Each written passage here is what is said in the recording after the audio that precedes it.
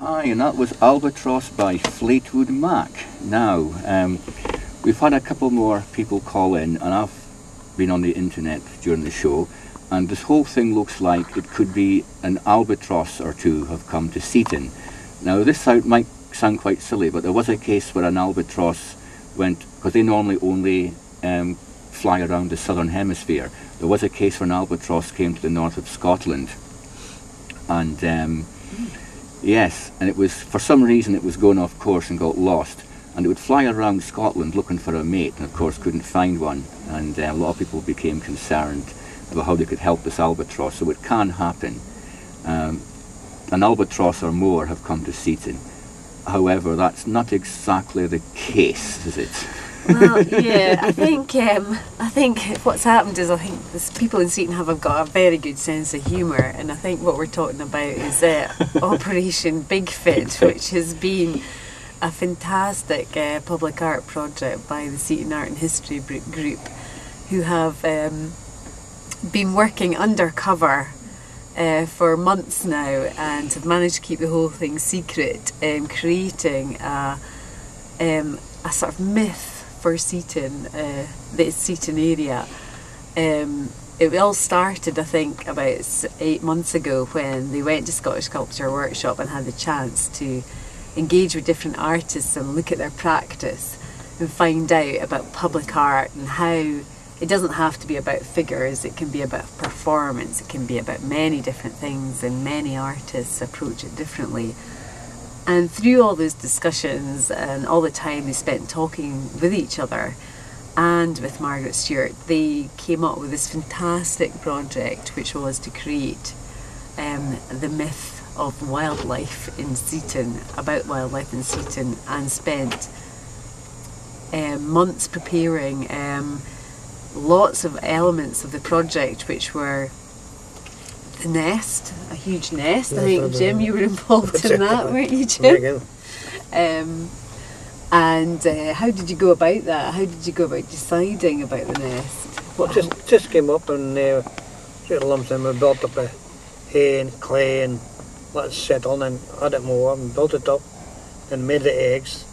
Woman made the eggs. Yeah, but how did you make the eggs? I heard about this. Oh, it was I wouldn't go there. a lot of laughter. We're on the air. I can't. Well, I can't reveal too much. I want to tell you the materials it was made in, like, I can't reveal too much about how the eggs were made, but maybe Jim, if you go and meet him sometime. If you phone these, they'll tell you about it, like. I think they made moulds, actually. Moulds, yeah. And put this sort of clay.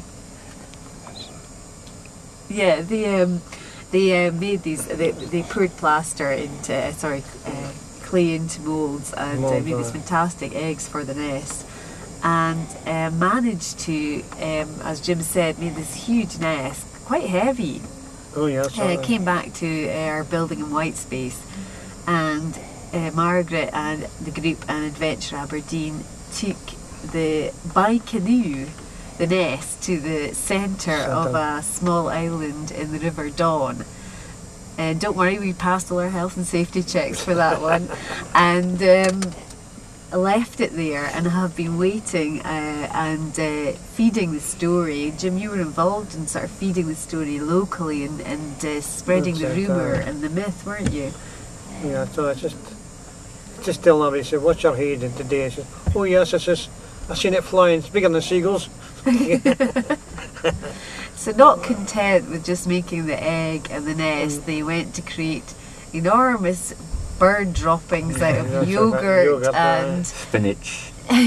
Yogurt, spinach, and I think chicken stock cube or vegetable stock cube or something like that. Yeah. How long did it come to this wonderful concoction? Was it? Too long. Just a stir up. Yeah. Well, we'll be able to see on the website, because we filmed the whole thing. Yeah, I have to own up, I was part of this as well, from the start, actually.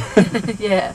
And did you say you thought it was maybe your idea as well? Was it? We asked them for ideas, and Murdo did a little joke on the radio about a couple of years ago about the oldest speaker of the 70,000-year-old native Seaton language has died at the age of 140 something.